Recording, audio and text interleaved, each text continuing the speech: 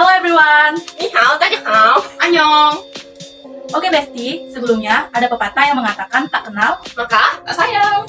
Oke Besti, dengan itu ada baiknya kami bertiga memperkenalkan diri kami sebelum kami menemani waktu kalian 5 menit sampai 7 menit ke depan. Baiklah, dengan saya sendiri Intan Cahyani dan rekan di sebelah kiri saya Anissa Putri Desmenti. dan rekan di sebelah kanan saya Hamidul Hajizal Putih. Kami bertiga dari Fakultas Hukum Universitas Bangka Belitung. Oke Besti, setelah kalian mengenal kami, kan jadi enak nih. Di sini kita akan menjelaskan mengenai fungsi, tujuan, dan 3 bentuk pendekatan dalam sistem peradilan pidana. Gak perlu berlama-lama lagi, nanti jadi bosan kan ya. Langsung aja kita masuk ke materi pembahasan pertama. Apa sih sebenarnya fungsi dari sistem peradilan pidana? Nah, fungsi penting dari sistem peradilan pidana sendiri ada 6. Yang pertama, mencegah perbuatan kejahatan. Yang kedua, melakukan penindakan terhadap pelaku delik dengan berikan pemahaman bahwa pencegahan tidak efektif. Yang ketiga, mengkaji kembali dengan melakukan tinjauan ulang atas aspek legalitas parameter pencegahan dan penindakan. Yang keempat, putusan pengadilan dalam menentukan salah atau tidaknya atas pelaku yang ditahan. Yang kelima, disposisi yang relevan atas pelaku yang dikatakan bersalah. Dan yang terakhir, lembaga koreksi sebagai perangkat negara yang mendapatkan legitimasi dari masyarakat terhadap pelaku pelanggar yang melanggar hukum pidana. Lalu, pada prinsipnya, fungsi sistem peradilan pidana ada 2 macam, yaitu yang pertama, fungsi preventif. Dalam fungsi preventif itu sendiri, sistem peradilan pidana sebagai lembaga pengawasan sosial untuk upaya pencegahan terjadinya suatu kejahatan. Yang kedua, fungsi represif. Dalam fungsi represif, sistem peradilan pidana sebagai lembaga penindakan untuk menyelenggarakan suatu peradilan terhadap pelaku kejahatan. Sementara itu, menurut Muladi, sistem peradilan pidana mempunyai dimensi fungsional ganda, yaitu satu sisi berfungsi sebagai sarana masyarakat untuk menahan dan mengendalikan kejahatan pada tingkat tertentu, sedangkan di lain sisi, sistem peradilan pidana juga berfungsi untuk pencegahan sekunder, yakni mengurangi kejahatan di kalangan mereka yang pernah melakukan tindak pidana dan mereka yang bermaksud melakukan kejahatan melalui proses deteksi, pemindanaan, dan pelaksanaan pidana. Baiklah, di sini saya akan menjelaskan tujuan dari sistem peradilan pidana. Menurut Marjono Rex Putro, terdapat 3 tujuan yang akan dicapai oleh sistem peradilan pidana. Yang pertama, melakukan upaya mencegah masyarakat berpotensi menjadi korban kejahatan. Sistem peradilan pidana hadir untuk memberikan upaya perlindungan terhadap korban dan memberikan sanksi yang tepat kepada pelaku kejahatan. Yang kedua, menyelesaikan setiap perkara kejahatan yang terjadi, sehingga terdapat kepuasan dari masyarakat karena telah ditegakkan hukum yang sesuai terhadap si pelaku kejahatan. Masyarakat merasa bahwa adanya sistem peradilan pidana untuk menegakkan hukum di dalam masyarakat. Yang ketiga, mengusahakan agar si pelaku kejahatan tidak mengulangi lagi kejahatannya. Dalam sistem peradilan pidana, pelaku kejahatan akan mendapatkan sanksi terhadap pelaku kejahatan yang dilakukannya. Adanya sanksi ini akan menimbulkan efek jerah kepada pelaku kejahatan agar pelaku tidak akan mengulangi lagi kejahatannya.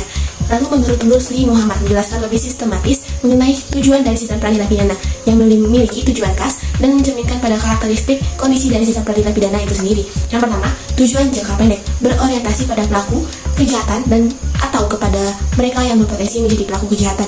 Tujuan jangka pendek ini akan mengarahkan si pelaku untuk melakukan proses penanggulangan, penindakan serta pencegahan yang diharapkan pelaku kejahatan sadar akan perbuatannya, sehingga pelaku tidak lagi mengulangi perbuatannya. Dengan demikian, kejahatan akan semakin berkurang. Yang kedua, tujuan jangka menengah adalah mewujudkan suasana yang kondusif, tertib, aman, dan damai di dalam masyarakat. Tujuan ini sangat ditentukan apabila dapat tercapainya tujuan jangka pendek. Karena jika kejahatan masih tetap terjadi, tentunya akan sulit untuk mewujudkan suasana yang kondusif, tertib, aman, dan damai di dalam masyarakat. Yang ketiga, tujuan jangka panjang. Sistem peradilan pidana ini mencapai tujuan yang ideal, yaitu terciptanya tingkat kesejahteraan sosial masyarakat. Apabila tujuan jangka panjang ini tercapai, merupakan konsekuensi dari tujuan jangka pendek dan juga tujuan jangka menengah, sehingga keberhasilannya juga tergantung pada tujuan sebelumnya. Tujuan besar dari sistem peradilan pidana adalah untuk melindungi masyarakat dan juga untuk menegakkan hukum. Berdasarkan pada tujuan sistem peradilan pidana tersebut menunjukkan bahwa pentingnya sistem peradilan pidana selain untuk memberikan perlindungan terhadap setiap orang, juga memberikan perlindungan terhadap tujuan masyarakat dan bernegara.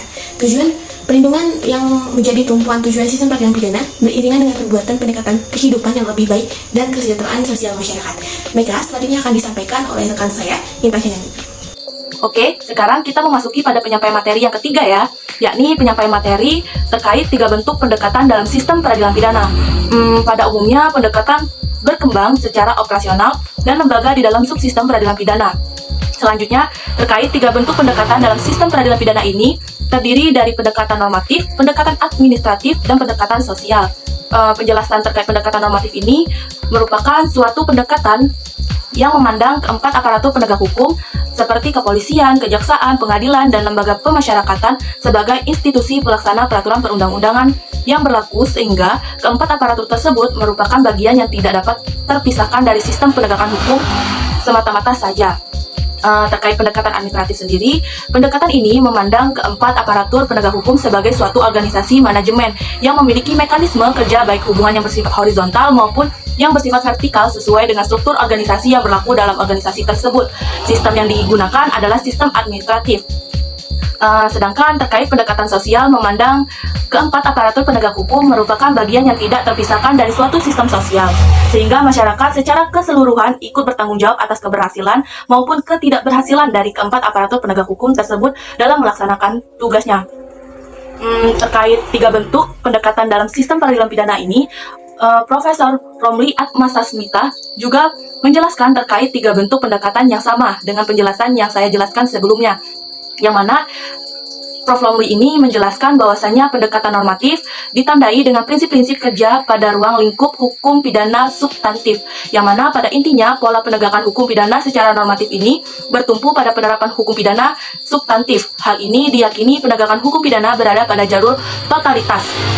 Sedangkan terkait pendekatan administratif, Prof. Romli memandang bahwa sistem peradilan pidana menumbuhkan perilaku dan budaya kerjasama berbasis pada mekanisme kerja yang rasional dengan prinsip efektivitas dan efisien, yang mana pada pendekatan administratif yang ini yang paling diunggulkan yaitu mekanisme kerja berdasarkan prinsip efektivitas dan efisien. Sedangkan untuk pendekatan sosial dalam sistem peradilan pidana hendak membangun mekanisme kerja yang terbuka dalam institusi sosial masyarakat. Dalam artian, Prof. Romli menjelaskan bahwa pada pendekatan sosial ini adanya open-minded yang dikeluarkan oleh masyarakat sosial. Oke Besti, sekarang udah tahu kan terkait tujuan, fungsi, dan 3 bentuk pendekatan dalam sistem peradilan pidana. Terima kasih sudah menemani kami. Semoga apa yang kami sampaikan bisa memberikan manfaat kepada kalian. Oke Besti, jangan lupa Like, comment, and subscribe. Bye-bye!